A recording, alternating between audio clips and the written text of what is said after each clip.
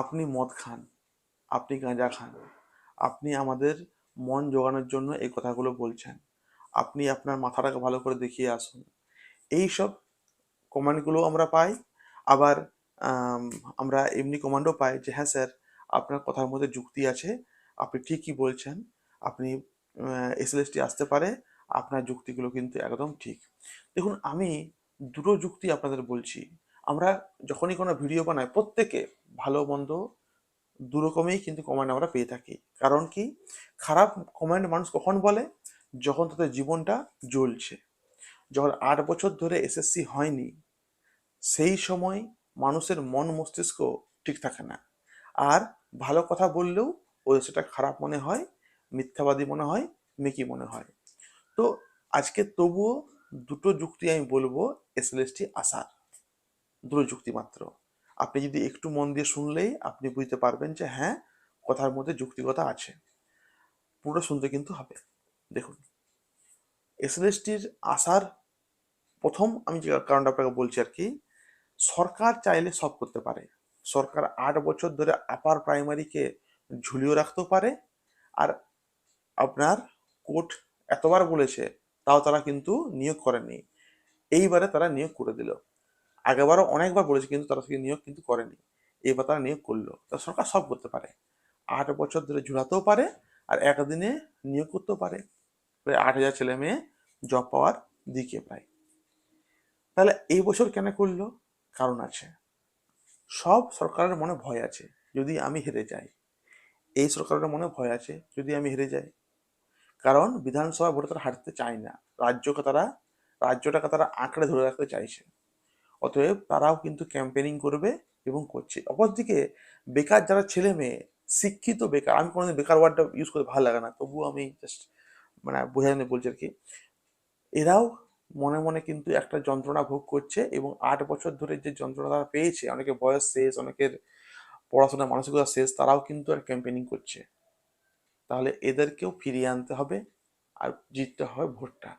তার জন্য এই বছর একটা এসএলএসটি জিতে পারে। অন্তত শেষ কামড়টা ওরা কামড়াবে আর কি, নাহলে কিন্তু হবে না। নাহলে তো বলতে পারবে তো যে আমি এই করি সেই করেছি। এই বছর দেখুন, এই বছর প্রাইমারি টেট কিন্তু হচ্ছে না। এই বছর টেট হবে না, এই বছর রিক্রুটমেন্ট হবে। কারণ আগামী নেক্সট ইয়ারে ভোটের জন্য তারা প্রস্তুতি আর কি নিচ্ছে। তাহলে দেখা যাচ্ছে এমনি যে মানে রিক্রুটমেন্ট করছে এরা এবছর। ওবিসি কেসটা হয়তো শেষের দিকে, আমি জানি না কতটা জিতবে কিনা। যদি জিতে যায়, এরপরে কিন্তু অনেকগুলো আটকে আছে। রাজ্য সরকার কোনো কিছু মানবেই না। ওর যদি নেওয়ার থাকে না, ও কিছু মানবেই না। কারণ অনেক এরকম কোর্ট কেস হয়েছে, এ কেস হয়েছে, কিন্তু ও কি করেছে? রিক্রুটমেন্ট করে দিয়েছে। তারপর কোর্ট কেস ফোর্ট কেস ও পরে দেখে নেবে। তো এখানে দেখা যাচ্ছে এমনি যে অনেকগুলো ভ্যাকেন্সি আবার আসারও আছে। আমি আপনাদের একটা কথাই বলবো আর কি, যারা বেশ স্বপ্ন নিয়ে আছেন আর কি যে এসএলএসটি হবে, আমি পড়াশোনা করব, আমি চাকরি কিন্তু পাবো, প্রত্যেককে বলবো এমনি যে পড়াশোনাটা কিন্তু চালিয়ে যান। পড়াশোনাটা অন্তত দিনে 2 ঘন্টা করে পড়ুন। পড়াশোনাটা খারাপ জিনিস নয়। একদম বই থেকে আপনি ডিটাচ হয়ে যাবেন না, বই থেকে মুখ ফিরিয়ে নেবেন না। যদি এসএলএসটি হয়, আপনি কিন্তু একবারেই আপনাকে প্রথমবারে কিন্তু মারতে হবে। প্রথমবার মারতে কিন্তু হবে। এসএলএসটি হলে শুধুমাত্র 9-10 হবে এমন তো নয়। 9-10 11 12 আপার প্রাইমারি সবগুলো কিন্তু হবে। অতএব বই থেকে মুখ ফিরিয়ে নেবেন না। বইয়ের বই পড়াশোনা করুন, চাকরি কিন্তু হবে। আর বিপিএসসির নতুন এস্টেট কিন্তু তার নোটিফিকেশন খুব শীঘ্র। এস্টেট নোটিফিকেশন খুব শীঘ্র, আবার বলছি, যারা নতুন এস্টেট এবারে দেবেন, এবং আপনারা আপনারা পাস করলে আপনাদের টিআরই 5 আপনাদের জন্য ওয়েট করছে। টিআরই 4 আপনারা চান্স পাবেন না, টিআরই 5 আপনারা বুঝতে পারবেন। যারা নতুন এস্টেট দেবে ওদের জন্য বলছি আর কি।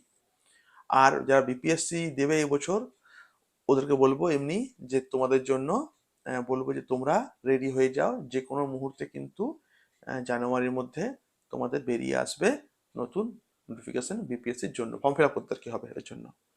তার আগে সবকিছু নিজেকে তৈরি করে রাখো, কারণ এবার তো একেবারেই হয়, এবার না হলে নেভার, এটা বলবো আর কি।